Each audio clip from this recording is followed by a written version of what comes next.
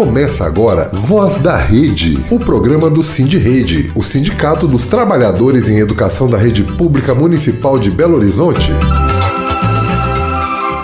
Muito boa tarde a todos e bem-vindos a mais um Voz da Rede, o programa do Sindirede, o Sindicato dos Trabalhadores em Educação da Rede Municipal de Belo Horizonte. Eu sou Paulo Ribas. Giro de notícias. E antes de falar de carnaval, vamos começar falando do genocídio em Gaza. A Alemanha e a França pediram a renúncia da relatora especial das Nações Unidas para territórios palestinos, Francesca Albanese. O motivo seriam supostas declarações feitas pela relatora independente das Nações Unidas. A República Tcheca também engrossou o coro, mas na quarta-feira passada, a italiana se defendeu das acusações em entrevista para uma TV francesa. Ela denunciou o que chamou de acusações completamente falsas e manipulação de suas falas. A acusação afirma que a relatora, durante videoconferência em um fórum realizado no último sábado em Doha, no Catar, organizado pela emissora árabe Al Jazeera, chamou Israel de inimigo comum da humanidade. A emissora francesa publicou a transcrição do discurso na conferência, que evidencia que ela não fez tal declaração. Essa entrevista foi dada antes do pedido de renúncia feito pela França e a Alemanha. Assim como Alexandre de Moraes, ela também se tornou alvo de sanções do governo americano em julho do ano passado, sob acusação de antissemitismo descarado e por travar uma guerra política e econômica contra os Estados Unidos e Israel. Relatores especiais são especialistas independentes e não remunerados nomeados pelas Nações Unidas. Parece até piada, com as ações do ICE, o governo estadunidense acusar alguém de antissemitismo. Vale lembrar que ela trabalha para a ONU, cuja sede está situada no país de Trump. Na sexta-feira, 13 de fevereiro, a porta-voz do Escritório de Direitos Humanos das Nações Unidas, Marta Hurtado, defendeu Albanese numa coletiva de imprensa em Genebra quando questionada sobre o posicionamento de Alemanha e França. Marta afirmou estar muito preocupada, pois funcionários, especialistas independentes e autoridades judiciais das Nações Unidas estão sendo alvo de ataques pessoais, ameaças e desinformação, o que desvia a atenção das graves questões de direitos humanos. Agora sim, o carnaval. O desfile do tradicional bloco Tico-Tico Serra Copo no último domingo, dia 15 de fevereiro, no bairro Novo Arão Reis, terminou com a ação truculenta da Polícia Militar. Segundo publicação do bloco, no Instagram, depois de um lindo cortejo que tem como objetivo a luta da comunidade pelo sonho de nadar, pescar e brincar no Ribeirão Onça, a Polícia Militar chegou armada com fuzis e começou uma dispersão truculenta usando spray de pimenta. Tudo isso antes do horário combinado de encerramento, num total desrespeito aos foliões e moradores. Seu Dedé, folião do Carnaval de BH desde 2010, estava presente e relatou o acontecido.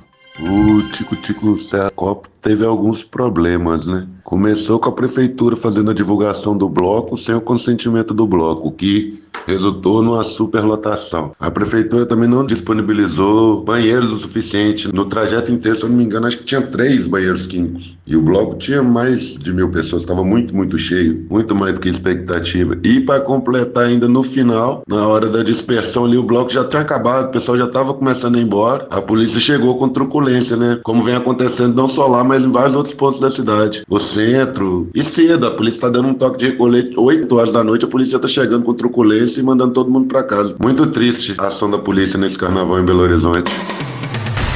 E parece que não é só em Belo Horizonte que está acontecendo esse tipo de coisa. Na segunda-feira, dia 16 de fevereiro, no Distrito Federal, um policial militar usou spray de pimenta na cara de um deputado distrital do PSOL durante bloco no plano piloto. O deputado registrou queixa na delegacia por desacato. Após 2 produtoras do bloco serem detidas pela polícia, o deputado, conforme imagens que circulam nas redes, foi conversar com os policiais. No momento que um deles simplesmente joga gás de pimenta na cara do parlamentar, que precisou ser atendido pelos brigadistas. Fábio Félix é deputado distrital pelo PSOL e presidente da Comissão de Direitos Humanos da Câmara Distrital. O despreparo da Polícia Militar em lidar com o cidadão comum ficou bem aparente neste carnaval. Circulam imagens na internet também da Polícia Militar de São Paulo agredindo vendedores ambulantes. Um verdadeiro absurdo esse tipo de comportamento de quem deveria proteger.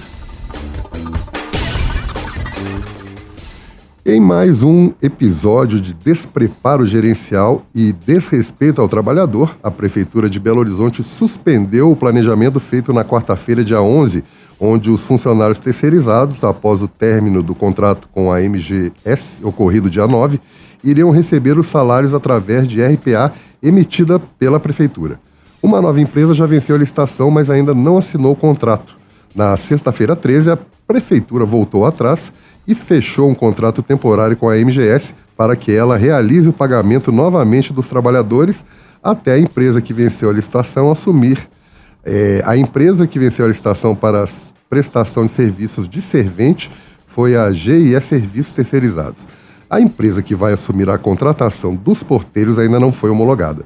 São 1.749 serventes e 766 porteiros nas escolas municipais. Esperamos que todos os trabalhadores terceirizados sejam contratados pelas novas empresas. Nós do Sindirrede estaremos de olho nessa transição. E o trabalhador brasileiro não tem mais nenhum momento de sossego. Na quarta-feira passada, dia 11, a PGR, a Procuradoria-Geral da República, se manifestou favorável à pejotização, ou seja, à contratação de trabalhadores como pessoa jurídica em parecer enviado ao STF, o Supremo Tribunal Federal. A posição pode mudar a interpretação do vínculo empregatício no país inteiro e impactar direitos como férias, jornada de trabalho e 13º salário. O entendimento da PGR é de que esse tipo de contratação não é, por si só, inconstitucional. O documento foi assinado por Paulo Gonet e integra recurso que discute qual ramo do judiciário é competente para julgar esse tipo de contrato, firmado entre empresas e profissionais contratados como pessoa jurídica. O Voz da Rede já vem denunciando manobras como a pejotização e terceirização sendo determinantes para a precarização do trabalhador. Não adianta o governo dar isenção fiscal para quem ganha até R$5 mil e, na sequência, normalizar e avalizar a pejotização, um tremendo golpe no estômago do trabalhador. Voz da Comunidade. E hoje no Voz da Comunidade nós vamos falar sobre os funcionários que são terceirizados pela Prefeitura e estão passando por um momento bastante incômodo. Carol? Boa tarde a todos, boa tarde aos ouvintes.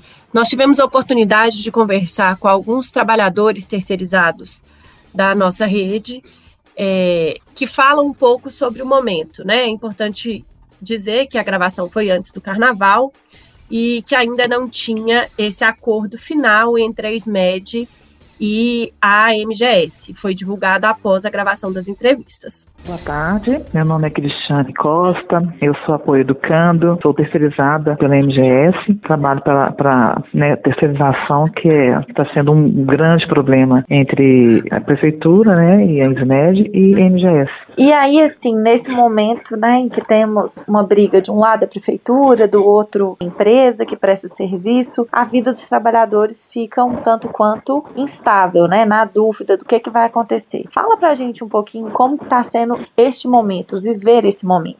Olha, por ser representante também da escola, eu vejo o olhar das pessoas que estão completamente... Tem pessoas que choram, tem pessoas que estão completamente sem saber mesmo o que está acontecendo. Porque, querendo ou não, são pessoas muito humildes, pessoas que dedicam a vida toda ao trabalho, elas saem bem cedo de casa e voltam bem tarde, têm uma segunda vida após o trabalho. Essa transição, essa indecisão tem mexido muito com o psicológico delas. E a maioria delas, né, são mulheres. Nós temos muitas mulheres na categoria terceirizada que trabalham em escolas. E elas têm, assim, é aquela coisa, né, a dedicação, mas quando chega ao momento da opressão, porque isso é oprimindo toda a sua vida, porque elas têm uma vida além. E esse impasse, cada dia uma nova informação, não sabe o que vai acontecer com questão de salário, para onde que vão, se vão ser enviadas para outros locais de trabalho, não se sabe nada, né? Isso mexe muito com o psicológico de todos nós. E também das famílias, porque as famílias, elas querendo ou não, o ambiente escolar é um ambiente muito família. Então as pessoas, por mais que nós não tenhamos tanto contato, tanto vínculo com a família, é ali que ela entrega o seu bem maior. É ali que ela deixa a sua criança, sabendo que eu estou indo trabalhar, mas eu sei que ela está sendo acolhida, eu sei que ela vai ser alimentada, eu sei que ela vai ter programas, vai ter momento lúdico, vai ter educação, vai ter alguém cuidando dela, velando, ensinando, educando. É um mix de emoções. Inclusive as famílias também elas estão preocupadas, elas estão apenas desoladas, sem entender o que está acontecendo, porque não tem uma informação totalmente formalizada. Não há para a categoria uma informação complexa em relação à MGS e muito menos à prefeitura, porque cada hora muda o sentido da questão. O que você, se pudesse dizer neste momento, ser ouvida pela presidência da MGS, pela secretária de Educação, o que você gostaria de dizer para eles nesse momento? Na verdade, que eles fossem claros, que eles voltassem para o lado do trabalhador, porque eles fizeram muitos planos, colocaram muitas expectativas, inclusive boas. De repente, agora tiraram tudo isso. Então, que fossem claros, que fossem objetivos, que não mexessem tanto com o psicológico, porque isso está afetando muito o trabalhador. Eles estão trabalhando infelizes. Como que tem sido esse processo com relação à SMED, MGS, essa possibilidade de trocar de empresa, uma outra empresa que não é selecionada nessa licitação? Então, a gente está todo mundo servente na escola onde que a gente está trabalhando. Muita gente está entrando em crise de ansiedade, com medo, porque ninguém fala nada, nem a MGS, nem a SMED, ninguém fala nada pra gente. Então, tá todo mundo aflito. Não só as serventes escolares, mas as cantineiras, né? Que hoje elas receberam um comunicado também para elas fazer um treinamento de atividade administrativa, né? E tá todo mundo aflito. E se você pudesse, Tainá, nesse momento, falar alguma coisa, né, tanto para a presidente da MGS quanto para a secretária de Educação sobre esse momento, o que você gostaria de dizer para elas? Para elas dar uma solução para a gente, né? Para falar realmente se a MGS vai sair, se a MGS não vai sair, tirar essa angústia da gente, que muita gente fica sem dormir por causa disso, muita gente está angustiado, né? Com medo de perder o serviço, para dar uma solução para a gente. Falar, né? Nós conversamos com a Tainá, que é servente escolar, e com a Cristiane, que é apoio ao educando. E esse foi o relato que nós ouvimos delas. Vanessa? Essa situação dos terceirizados é parte dos problemas que nós vamos tratar hoje no Por Dentro da Questão. Hoje, especificamente, nós vamos tratar quais são as questões que estão envolvendo as escolas nesse início do ano e estão tumultuando a vida dos trabalhadores e das famílias. Por Dentro da Questão. Bom, gente, no Por Dentro da Questão, a gente hoje vai conversar sobre diversos temas. Estamos aguardando aí a diretora do sindicato, a professora Bárbara, que está acompanhando a questão dos transportes escolares, e a Raquel, que é também trabalhadora terceirizada. Bárbara, está me ouvindo? Está ok? A Bárbara tinha me dito que não estava ouvindo. Bom, enquanto a Bárbara... Raquel, está me ouvindo? Sim, estou. Tá bem, então nós vamos conversar com a Raquel, que emenda nessa discussão que nós acabamos de ouvir sobre a questão dos terceirizados. Raquel, muito rapidamente, um resumo para nós de qual é a situação da contratação dos trabalhadores terceirizados nas escolas municipais de Belo Horizonte. Hoje se encerrou o contrato de portaria e faxina, de portaria e cantina dentro das escolas. Então, esses trabalhadores estão sem contrato. A PBH falou que vai trocar de empresa, que não é mais a MGS, que vai prestar nenhum desses serviços. Esse serviço, os trabalhadores ficaram um período sem nenhuma informação de como que se daria isso, e a MGS chamou os trabalhadores para uma formação nos dias 19 e 20, salvo engano, 18 e 19, chamou esses trabalhadores através de mensagem para uma formação. A SMED, vendo que iria ficar sem esses trabalhadores, provavelmente chamou a MGS para uma conversa, onde eles negociaram e não disseram para o trabalhador, não tem uma transparência para o trabalhador de como se dá esse contrato, essa renovação de contrato. Os trabalhadores têm uma insegurança hoje de como se dá, os trabalhadores vão para a escola e dentro das escolas não tem nenhuma informação, não tem nenhum diálogo hoje com o sindicato sobre a situação dos trabalhadores. Última informação que a gente teve foi que a SMED afirmou que não ia renovar o contrato com a MGS e que iria pagar por RPA. As direções receberam e-mail falando que foi cancelado o pagamento por RPA e que eles haviam acordado com a MGS de continuar os serviços nas escolas, onde foi cancelada a formação desses trabalhadores da MGS. O outro contrato, que é o da faxina, que se encerra agora no final de fevereiro também, que também tem trabalhadores que estão sem informação de como que se dá essa continuidade do serviço. Os trabalhadores, além da insegurança, né, da forma do contrato, do que se dá, não tem ainda a empresa que prestaria serviço para a prefeitura, isso não terminou o processo de pregão que a prefeitura iniciou. Ainda tem os trabalhadores do apoio ao educando, né, que são os trabalhadores que trabalham com a inclusão das crianças com deficiência, que está para terminar também o contrato, e a prefeitura falou que vai fechar com OSCs, né, O que os trabalhadores não sabem também ainda a forma que se dá esse contrato. A prefeitura falou que os contratos vão ser por escolas, uma OSC vai pegar um determinado grupo de escolas e que o salário será para os trabalhadores da OSC, que foi ofertado no dia 3 de dezembro na Câmara Municipal, mas que para os trabalhadores da MGS não vai ter esse salário.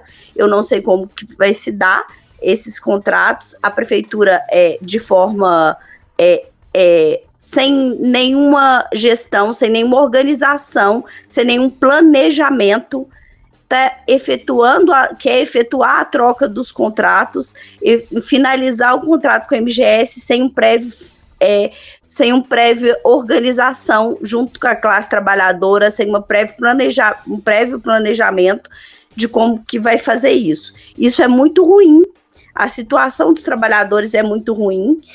Os trabalhadores que já vieram de OSC, já vieram de contratos muito ruins, muito precários, de situações muito ruins com a prefeitura, hoje a prefeitura quer retornar para esses contratos. Uma política de governo, que foi uma decisão desse governo finalizar esse contrato com a empresa pública MGS e abrir o pregão, e de tantas as formas que ela poderia ter feito isso, ela fez de uma maneira sem nenhuma organização, sem nenhum planejamento prévio, a migração de um trabalhador da empresa MGS para outras empresas. Não, então, gente, vamos lá, Raquel. Só lembrando, quem são os trabalhadores terceirizados hoje na rede, né? São as pessoas que estão na cozinha, né, que são as cantineiras escolares, que na verdade são cozinheiras, porque fazem várias refeições por dia. Os trabalhadores que são chamados de apoio educando, gente, são aqueles trabalhadores que acompanham as crianças com deficiência, e no caso das EMEIs são também aqueles trabalhadores que são ajudantes de turma, né, porque crianças de 0 a 3 anos não podem ficar sozinhas com um único adulto, independente de ter alguma deficiência ou não.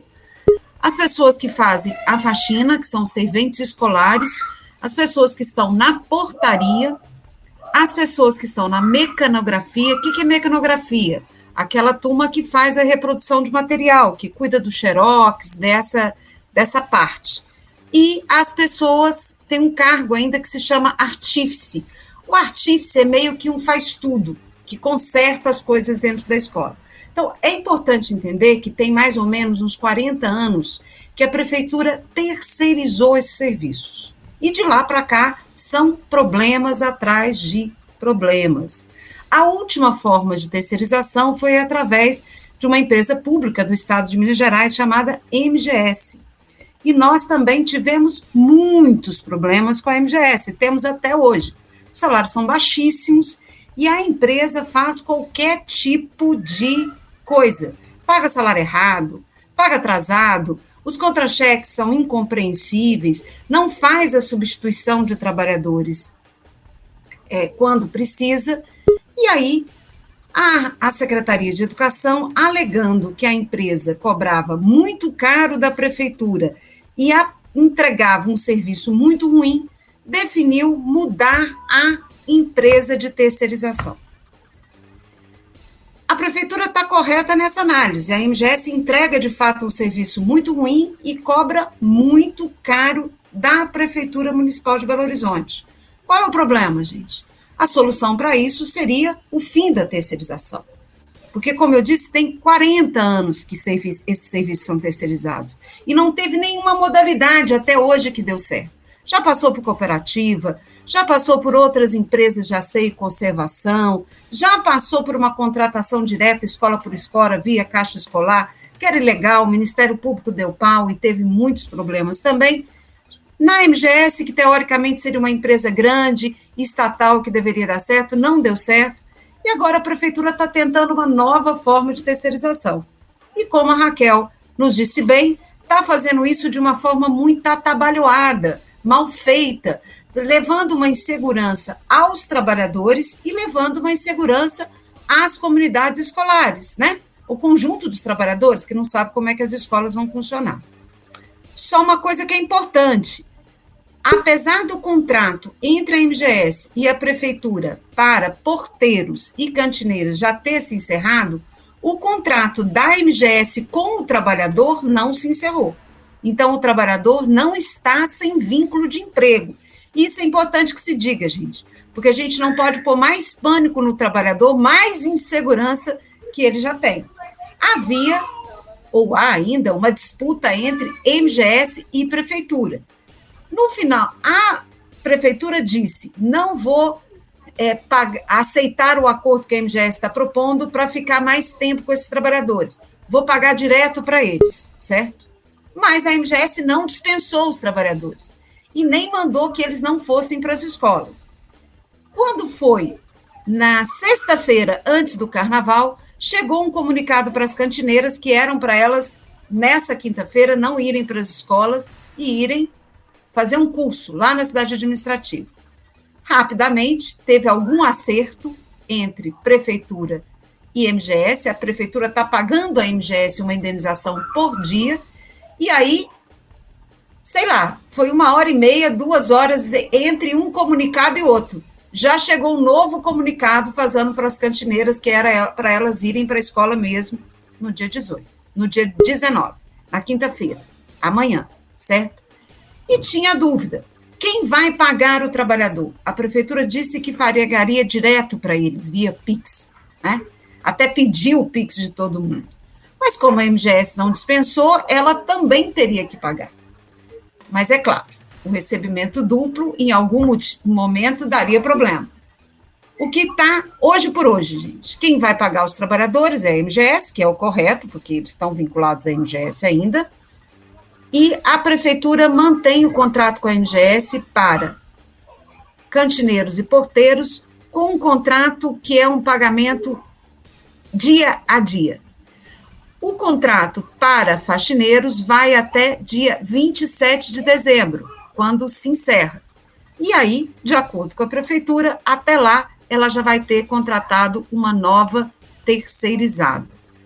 Com relação aos Apoio Educando, ainda tem uma extensão de contrato com a MGS por 6 meses. O que a prefeitura informou em última reunião é que 25% desses apoios seria encurtado esse contrato com a MGS e eles passariam para OSCs, que seriam escolas especializadas em atendimento com crianças com deficiência.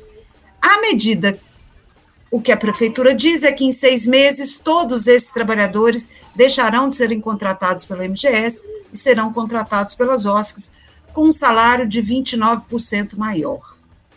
Qual é a situação hoje? Há uma insegurança grande dos trabalhadores, eles querem garantia de emprego, eles querem que, independente de quem os pegue, a prefeitura seja responsável por esses contratos, e eles querem que a recomposição salarial que foi prometida, tanto para a cantina quanto para o apoio educando, não seja só para 25%, seja para a totalidade dos trabalhadores, uma vez que todos permanecem cumprindo as mesmas funções.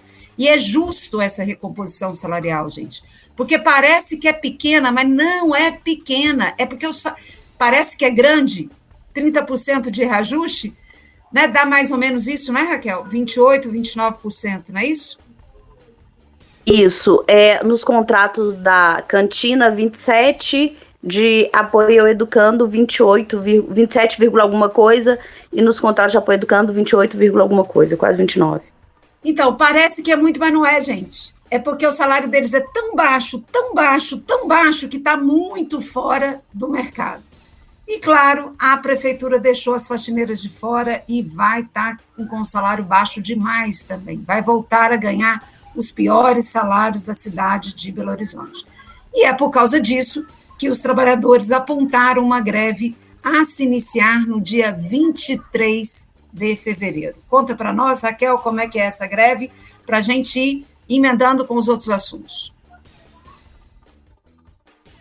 Na última assembleia, os trabalhadores votaram para início de greve já no dia 23. Essa greve se dá muito em razão das inseguranças que os trabalhadores vêm sofrendo, mas também por causa das coisas que vêm acontecendo ao longo dos anos, que os péssimos salários, as péssimas condições de trabalho, os trabalhadores, a falta de transparência no registro do ponto, eles não têm transparência no banco de horas, quantas horas eles fizeram a mais, quantas horas eles fizeram a menos, essa transparência não tem no banco de horas. Com relação aos descontos que são efetuados com relação ao vale alimentação, né, que são efetuados, que, por sinal, a prefeitura paga integralmente para a MGS esses valores de vale alimentação e vale transporte, e quando o trabalhador, por exemplo, tem um atestado, que é uma falta justificada, a MGS desconta, e isso fica como lucro para ela também, porque ela desconta e não repassa para a prefeitura. É um valor que fica como lucro para a empresa. Então, tudo se torna lucratividade para a empresa na exploração de mão de obra desses trabalhadores. Os trabalhadores que trabalham na educação infantil, hoje não tem cadeira para sentar, hoje não, há muitos anos, né, não tem cadeira para sentar dentro das escolas, porque só tem a cadeira do professor e a cadeira das crianças. Ele tem que sentar na cadeira da educação infantil. Então, é uma condição ergonômica muito ruim, trabalhadores adoecidos, carga horária excessiva de trabalho, os trabalhadores têm um clamor pela redução da carga horária, que, segundo a prefeitura, o contrato da cantina vai reduzir para 40 horas semanais no novo contrato, mas os demais trabalhadores também querem a redução da carga horária de trabalho, porque é exauriente dentro do ambiente escolar, na realidade eles ficam a escala 6x1, que reduzida de segunda a sexta, eles têm que trabalhar 48 minutos a mais por dia para pagar as 4 horas do sábado. Então, é muito sobrecarregado. Os trabalhadores ficam mais de 10 horas dentro do ambiente escolar, convivendo com barulho, sem nenhum equipamento, né, de proteção auricular, que seria para o barulho, não tem nenhuma proteção. As trabalhadoras da cantina, muitas não recebem insalubridade, né, pelo serviço prestado, o que deveria ser pago a todas, porque além da condição quente de trabalho, insalubre, ainda tem que todas elas mexem com coisa quente, coisa fria, gelado, o tempo todo na cantina, vai no freezer, pega alimentos congelados, volta para a cozinha, volta a cozinhar, então todas elas correm algum risco, né, além de panelas pesadas, postura, mexer com fogo, né, tudo que todos os riscos que essas trabalhadoras correm. As trabalhadoras da faxina, que hoje não recebem, nem todas recebem insalubridade, somente a banheirista, mas nas EMEIs, por exemplo, o lixo tem fezes de criança. Nas EMEIs elas têm que limpar, nas escolas elas têm que limpar vômito, no pátio, na sala, a responsável por cada setor que limpa não é a banheirista que limpa o vômito da criança. Se criança urinar em alguns espaços, é a responsável pelo espaço que vai limpar. Então todas deveriam receber insalubridade pelo período, fora os acidentes que acontecem no trabalho, que hoje a MGS não tem uma transparência com relação à epidemiologia desses trabalhadores. A gente não sabe, não tem uma transparência com relação à quantidade regional de cada trabalhador, de cada adoecimento do trabalhador. A gente não tem, a gente já solicitou informações com relação a isso para a MGS. A MGS não nos fornece os dados de adoecimento dos trabalhadores, né? Isso é muito ruim. A gente tem muita reclamação do setor de saúde que invalida os atestados médicos desses trabalhadores. Então, por todas as questões que os trabalhadores vêm sofrendo ao longo dos anos, os trabalhadores clamam por serem efetivados, por ser um serviço público de Estado, não de governo, porque cada governo que passa escolhe a empresa terceirizada a qual ele vai contratar. E hoje esses trabalhadores clamam por serem trabalhadores de Estado, que sejam os trabalhadores do serviço público, que tenha concurso público para os trabalhadores, que esses trabalhadores sejam acolhidos pela prefeitura como trabalhadores que são, trabalhadores em educação, servidores públicos em educação. A terceirização de mão de obra aumenta cada vez mais dentro da Prefeitura de Belo Horizonte. Os valores dos contratos realmente são exorbitantes e esse investimento não é feito numa educação plena, não é feito com serviço público de qualidade. A formação que esses trabalhadores recebem é muito ruim. Então, Raquel, no histórico... Vamos concluir, querida? No histórico, em geral, os trabalhadores têm muito a reclamar das empresas terceirizadas, da terceirização de mão de obra e da condição de trabalho dentro do chão de escola. Esse é o motivo pelo qual eles estão em greve a partir do dia 23 de fevereiro. Então, gente, olha só, a greve inicia com uma assembleia. A assembleia não será na Praça da Estação, porque a Praça da Estação ainda está ocupada em função do Carnaval. Vai ser na Afonso Arinos, 9 horas, segunda-feira. É para todos os trabalhadores terceirizados estarem lá e as comunidades escolares. A melhor forma de que essa greve seja rápida e efetiva é que todos apoiem os trabalhadores, porque é importante que tenham uma condição digna para atendimento das crianças. E como a Raquel falou, a prefeitura tem que abrir concurso público. Concurso público para esses trabalhadores, para parar com essa mudança toda hora passa de uma empresa para outra. E os atuais trabalhadores têm que ser mantidos através de um contrato direto com a Secretaria de Educação. E no prazo aí de 10 anos, a prefeitura vai conseguir fazer uma transição para que todos os trabalhadores possam ser concursados. É isso que os trabalhadores reivindicam. Bom, gente, mas, como eu disse antes, os problemas na escola, a gente vai avançar, agradecer a Raquel, porque são muitos, né? A Thalita vai falar para a gente um pouquinho sobre a situação do sobrecadastro. E, Thalita, como nós estamos saindo da situação da educação infantil e do transporte escolar, eu vou aqui monitorando o seu tempo. Fala com a gente o que isso significa e por que isso tem sido um problema. Bom, é muito importante essas questões que a Raquel traz e que a gente vai tratar hoje aqui no Por Dentro da Questão para dizer que qualidade da educação não é só currículo, nota, formação docente, valorização. Isso é também importantíssimo. Mas a gente tem uma série de estruturas nas escolas que são fundamentais para a gente garantir a qualidade da educação. Então, qualidade do trabalho dos funcionários, da cantina, da limpeza, do apoio e também transporte, que a gente vai falar daqui a pouco, e a situação mais recentemente que a gente teve de denúncias em relação ao sobrecadastro. O que vem a ser o sobrecadastro?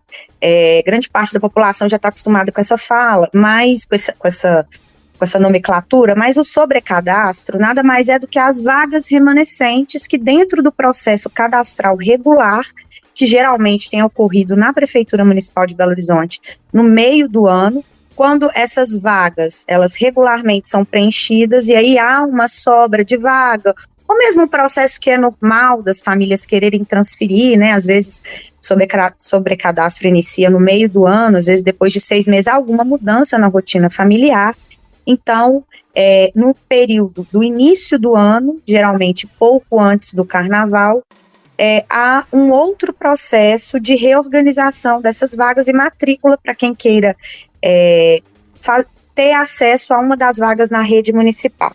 Esse ano nós tivemos muito problema em relação a isso, muitas denúncias das famílias, porque as famílias tiveram muita dificuldade de acessar o sistema. Infelizmente, a Secretaria Municipal de Educação adotou uma postura de centralizar, de tirar da autonomia das escolas esse processo de matrícula fora desse prazo regulamentar, centralizou tudo num sistema informatizado, e aí a gente tem um primeiro problema, que nem todas as famílias têm acesso à internet ou a uma ferramenta de tecnologia para poder fazer essa matrícula, realizar essa matrícula.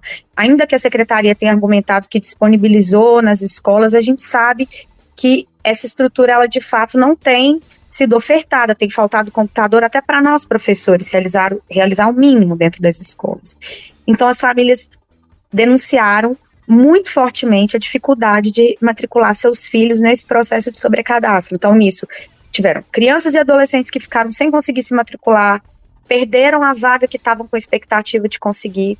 E, por outro lado, as escolas também tiveram muita dificuldade no atendimento, porque elas não podiam realizar a matrícula diretamente, e as famílias cobravam das secretarias e das direções escolares, e as direções e secretarias de mãos atadas, sem poder realizar essa matrícula diretamente. Os funcionários da secretaria também relataram um trabalho duplo, porque muitas vezes eles pegavam manualmente a matrícula e depois tinham que passar para o sistema.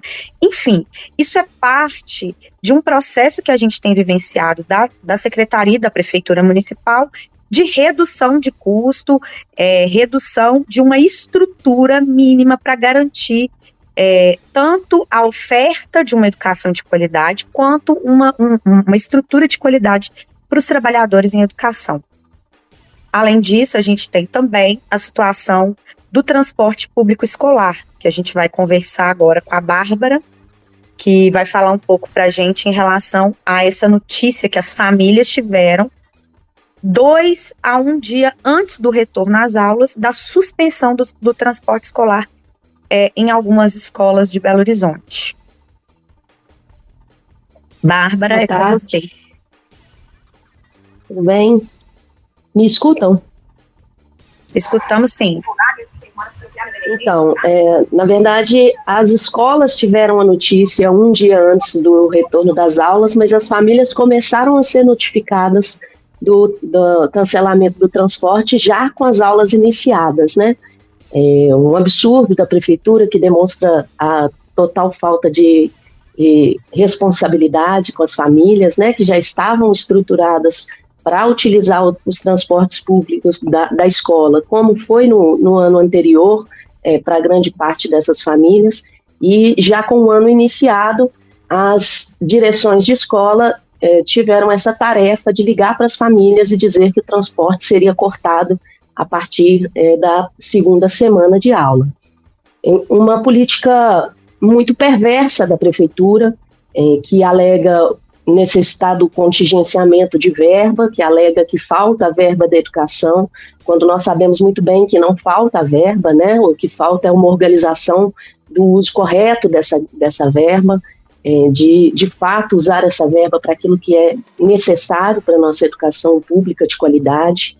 E as famílias receberam essa notícia e ficaram, é claro, muito revoltosas, né, com a notícia, e já se organizaram. Nós temos uma organização de várias famílias da cidade, de centenas de famílias da cidade, contra esse corte, essa política da prefeitura. Já fizeram atos, participaram de assembleias públicas, estão mobilizadas, fizeram denúncia no Ministério Público e estão buscando o seu direito o direito de suas crianças frequentarem a escola, o direito da educação, que é um direito constitucional nesse país, inclusive, né? E as crianças, a prefeitura dá essa notícia de forma muito desorganizada, diz que não vai ter, pede para esperar, aí num momento tira, no outro momento volta. Neste momento agora nós estamos, a prefeitura está se reorganizando, é o que ela diz, né? Vamos reorganizar, vamos ver como é que vai ser de fato para depois tomar a decisão. Então, neste momento, o transporte volta para as escolas têm autorização de continuar com o transporte, mas não se sabe até quando. Então, é um dia de cada vez. A cada fim do dia, a gestão precisa descobrir se no dia seguinte vai ter ou não vai ter o transporte. As famílias estão muito nervosas com isso, né, porque atrapalha toda a organização familiar. Então, está uma situação muito complicada na nossa prefeitura e assim, uma política absurda que foi feita uma planilha a partir, aparentemente, do Google Maps, que só considera uma distância, que é uma distância de 1,2 km da escola, e todas as escolas, as crianças que estudam nesse raio, perdem o direito ao transporte, independente de como é esse caminho para a escola, né? Independente se nós temos uma BR que atravessa e essa criança de 3, 4 anos precisa atravessar a BR para chegar na EMEI, independente de estarmos num momento perigoso de tráfico de drogas dentro dos morros e as crianças terem que atravessar lugares perigosos.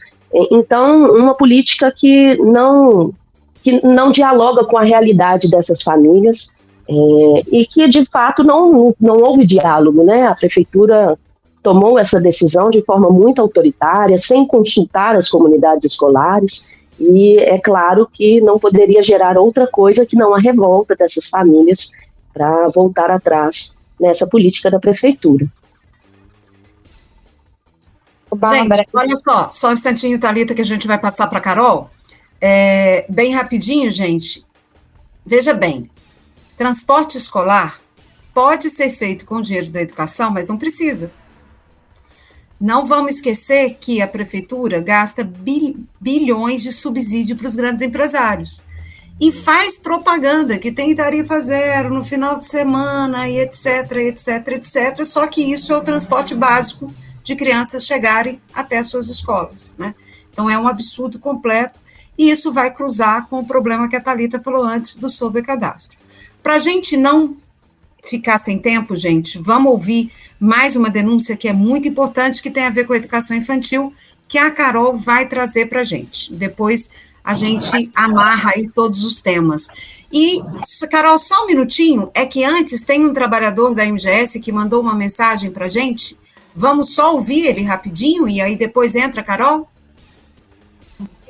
Bom dia, MGS. Júlio Rosa, aqui do bairro Diamante, falando sobre a MGS. Eu sou artífice da MGS. A gente faz tudo, trabalha com serviços que a gente sabe que é salubres, né? Que são insalubres. A gente tem que receber salubridade. Não paga salubridade para todos os funcionários, tem que levar na justiça. É isso, Júlio. Na verdade, uma situação bastante difícil, né? O que a Raquel já tinha falado das meninas da faxina, só ganha a banheirista, e na cantina, às vezes tem na mesma cantina trabalhando uma cantineira que ganhou na justiça a insalubridade, aí ela ganha, mas a outra, que ainda não foi julgada a ação na justiça, não ganha. É uma incoerência completa. Carol, a gente agradece muito pela sua participação, Júlio, e pede aos demais trabalhadores que façam como o Júlio, participem dos nossos programas, porque isso é muito importante. Carol, com você. Boa tarde novamente, pessoal. Então, da mesma forma que a gente já teve aí, né, a denúncia que a gente vem fazendo com relação à MGS, já estávamos fazendo do transporte e fizemos hoje com relação ao sobrecadastro. Na educação infantil também temos uma novidade, mas uma novidade para pior. Por que é uma novidade para pior? Porque a prefeitura, no final de janeiro, ela chama as direções de escolas, as escolas que têm turma de educação infantil, ou que são escolas de educação infantil, e faz uma a apresentação de que terá uma nova estrutura do tempo integral na educação infantil para as escolas da rede.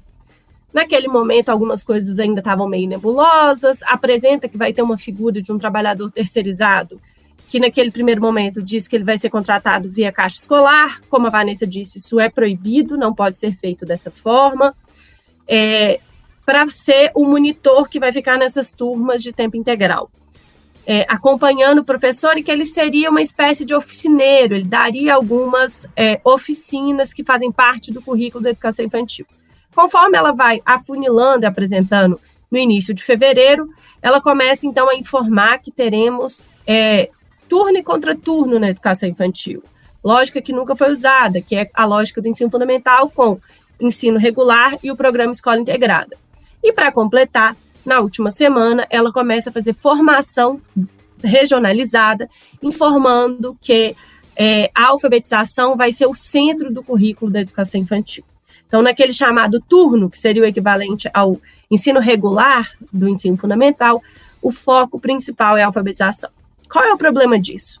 O problema disso é que a criança, ela não é simplesmente leitora, escritora, né? A criança, em especial a criança da primeira infância, ela precisa ser formada na sua integralidade, e essa era a diferença do currículo da Prefeitura Municipal de Belo Horizonte, que dava conta de uma criança que aprendia brincando, que aprendia, que era educada e cuidada, né? Sem você ter essa preocupação, que momento que era o cuidado, que momento que era educação formal, que tinha ali um desenvolvimento de uma série de questões, e que a autonomia, o desenvolvimento da autonomia era muito fundamental. A secretária, a partir dessa nova diretriz curricular, que vai contra a todas as propostas curriculares que temos, tanto a do município da educação infantil, que não foi revogada, que data de 2015, quanto ao currículo mineiro de educação infantil, que é o estadual, quanto a BNCC, que é a Base Nacional Curricular Comum. Nenhuma delas centra a alfabetização dessa forma precoce como algo fundamental na educação infantil, que há um entendimento de que a criança precisa ter toda uma formação para chegar ali no primeiro ano e, de fato, ser alfabetizada. Muitas crianças vão sair da educação infantil sabendo o nome, pequenas palavras, isso é natural, mas não é uma obrigação de que a criança com 5 anos de idade tem que sair letrada, lendo e escrevendo. Isso não é o foco da educação infantil em lugar nenhum do país, isso é uma discussão que já é feita há algumas décadas.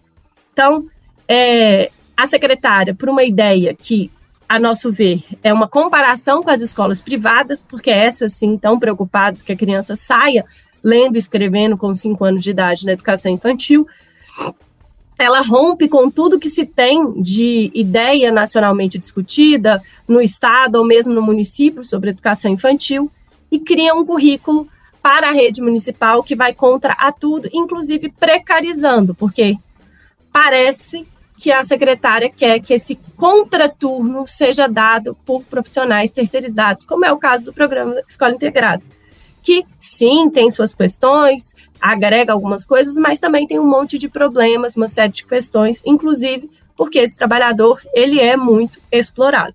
Então, nos preocupa muito, chama a atenção do sindicato, e estamos aí fazendo essa denúncia, pois vai afetar diretamente os filhos da classe trabalhadora, que são, né, estudantes da educação infantil na rede municipal. Carol, só uma questão que você destacou aí, que eu acho importante a gente explicar. Você disse o seguinte: esse é o foco das escolas particulares, mas não é o foco das escolas públicas. Aí muitas pessoas perguntam, se é o foco das escolas particulares, isso não seria bom? Explica aí para a gente por que isso não é bom, nem para as escolas particulares, nem para as escolas públicas, e por que acelerar a alfabetização é o foco das escolas particulares, mas não deve ser nem das escolas particulares e nem das escolas públicas. Explica qual é o problema nisso. É importante a gente entender, né, que a criança na educação infantil, ela tem várias questões que elas precisam chegar antes da gente ter o desenvolvimento da leitura e da escrita.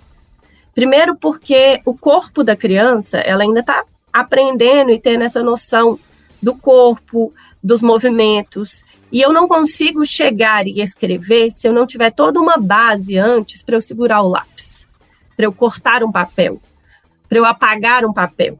Então, quando eu acelero e foco na alfabetização, mas não dou para essa criança toda uma formação motora, que ela tem que ser dada até os 5 anos de idade, eu estou acelerando um conhecimento, mas não necessariamente desenvolvendo o todo daquela criança. Então, existe um desenvolvimento, por exemplo, de lateralidade. A criança tem que saber o que é esquerda, o que é direita, antes dela escrever, porque a escrita ela é feita com uma lateralidade, da esquerda para a direita. A leitura ela é feita com uma lateralidade. Então, se eu não tenho um desenvolvimento motor, se eu não tenho um desenvolvimento criativo, se eu não tenho uma série de outros desenvolvimentos, eu posso ensinar para uma criança como ler e escrever, mas é como um robozinho. Ela aprende a copiar palavras, mas ela não aprende a criar textos, ela não consegue ter firmeza para escrever. Então, quando ela chegar lá na letra cursiva, que é um domínio do 2º para o 3º ano, ela vai ter muita dificuldade, porque ela não teve todo um desenvolvimento. E é, por exemplo, uma questão que as escolas privadas que aceleram a alfabetização na educação infantil vivem muito. Então, as crianças ali no 2º ano, no 3º ano na rede privada, têm que fazer aula particular para poder aprender a caligrafia correta da letra cursiva, porque não era o momento dela ter feito. Quando ela tinha que ter desenvolvido a questão motora lá atrás, ela não teve. Então, hoje, a gente fala muito, né, da capacidade da alfabetização, que ela não pode ser só codificar palavras, tem que fazer o entendimento do que tem na frase. Então, a escola pública, ela sempre resistiu e primou para que as crianças tivessem esse aprendizado do próprio corpo, da criatividade, para que quando ela chegasse na alfabetização, aquele processo fosse mais fácil, mais rápido e menos sofrido. Porque o B com A, Bá, que tanto foi usado, Eva viu a uva lá atrás, hoje a gente já sabe que ele por si só não é o ideal, não é o adequado. Então, a prefeitura dá aí um arranque contra tudo aquilo que a gente tem já de tecnologia para alfabetização e que Belo Horizonte tinha, sim, uma capacidade muito grande e estava, inclusive, a secretária Ângela Dalben, quando chega, que tem a primeira avaliação em larga escala em Belo Horizonte, foi comprovado que a rede municipal, da forma como ela tinha feito a educação infantil, facilitava que as crianças fossem alfabetizadas lá no 1º e no 2º ano. Gente, nosso tempo está acabando. Eu vou pedir a Bárbara para voltar rapidinho, porque a gente tem um número, a gente criou, né? Como a Bárbara falou, a gente que eu digo é a diretoria do sindicato, né? Através de uma determinação da categoria, criou um grupo de responsáveis pelas crianças que estão com problema de transporte escolar, para que a gente pudesse facilitar a articulação entre as famílias. E a Bárbara vai passar aí o número de contato que as famílias que estão vivendo esse problema, se quiserem, podem fazer contato conosco. Passa aí, Bárbara. Pode falar. Vai. 98620-9282 e pedir o link para entrar no grupo. Vou repetir. 98620-9282. DDD 31. 31. Isso. 30 segundos, Thalita, seus comentários, depois Carol, porque a gente está fechando o tempo. Sim, o que está de fundo também nessa questão que a gente trouxe em relação à educação infantil é uma política, né, uma ideia de que se tem que preparar os estudantes para o IDEB, né, para as avaliações em larga escala. Então, quando a Carol traz que tem de fundo um treinamento, né, e não um processo de elaboração, de entendimento da escrita, está claro que a política da Secretaria Municipal de Educação, na pessoa da secretária, é começar esse processo de treinamento desde muito cedo para as avaliações externas, né, as avaliações sistêmicas, o que é um problema porque a gente tem redes públicas no Brasil que adotaram esse modelo. E esse modelo, qual que é o problema? Além de culpabilizar os professores, os profissionais da educação, a comunidade escolar pelas falhas do sistema, eles ainda não conseguem identificar de fato o que é necessário para a construção de uma educação de qualidade, que é profissionais valorizados, estrutura das escolas, que de fato atendam às necessidades da comunidade, entendimento de que cada comunidade tem uma necessidade, como esse caso do transporte público. Enfim, nada disso é considerado, mas é só um número ao final para poder, a gente sabe, ter uso, muitas vezes, político-eleitoral, né? Esses números dessas avaliações sistêmicas mais reforçam as desigualdades da educação no Brasil do que, de fato, produzem alguma coisa para a melhoria da educação. Carol? Completando a fala da Thalita, acho que é importante a gente entender isso. Não estão descoladas, são várias ações com o mesmo objetivo. Economizar gastos, fazer propaganda, porque esse é um governo que propagandeia as coisas, e para eles é mais importante dizer, olha, eu alfabetizei uma criança, eu construí um parquinho, eu fiz uma reforma, do que, de fato, investir naquilo que faz a educação ter qualidade, que é, de fato, as condições de aprendizado das crianças e a valorização dos trabalhadores que fazem o chão da escola acontecer todo dia. Gente, os problemas não terminam por aí. Fica muito de olho nessa coisa da educação infantil, hein, gente? Acelerar a alfabetização é mostrar um resultado, fazer um bonito ali para a família ver, só que sem analisar as consequências do futuro. E não pode separar o lúdico do processo de aprendizagem da criança. Isso está errado e é essa parte da nossa briga. Mas os problemas não acabam aí, a prefeitura está prometendo cortar verba, aliás, já cortou. Né? Nós tivemos relato de uma escola de educação infantil que vai ter que trabalhar esse ano com metade dos recursos que trabalhou o ano passado. Imagina qual vai ser a situação. E agora, várias escolas reclamaram que depois que as escolas já distribuíram boa parte dos kits escolares, que foram chegando picado, a prefeitura mandou comprar uma caixa de papelão para pregar o logo e para entregar os kits. Então é uma contradição completa. Primeiro manda cortar verba, depois manda uma ordem que é para comprar caixa de papelão para entregar os kits. Isso para quê? Para os kits virem embrulhados com o logo da prefeitura. É um absurdo completo, mas nós estamos aqui para isso, para mobilizar, para denunciar e para discutir com as comunidades e com os trabalhadores os problemas da educação, mas não só, da classe trabalhadora como um todo. Paulo, é com você aí para dar sequência. Intervalo cultural.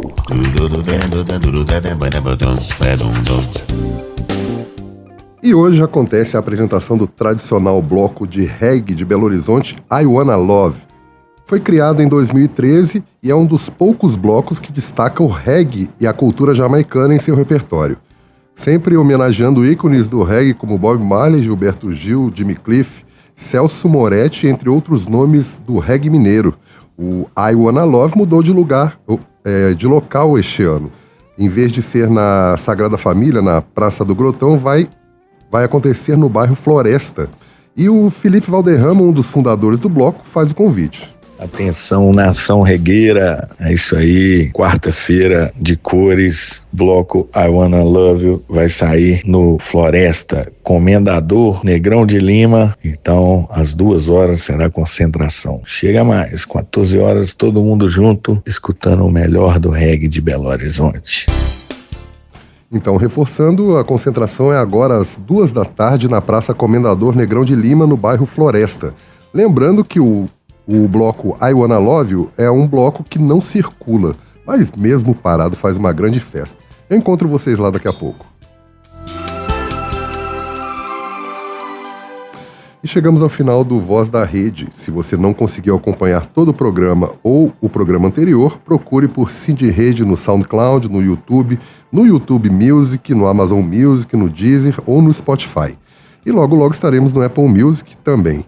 Quem quiser fazer contato com a gente para sugestões ou críticas, mande mensagem para o WhatsApp 319-8621-9412. Repetindo, 319-8621-9412. Obrigado pela companhia e até o próximo programa. Termina aqui Voz da Rede, o programa do Sindirede, o Sindicato dos Trabalhadores em Educação da Rede Pública Municipal de Belo Horizonte.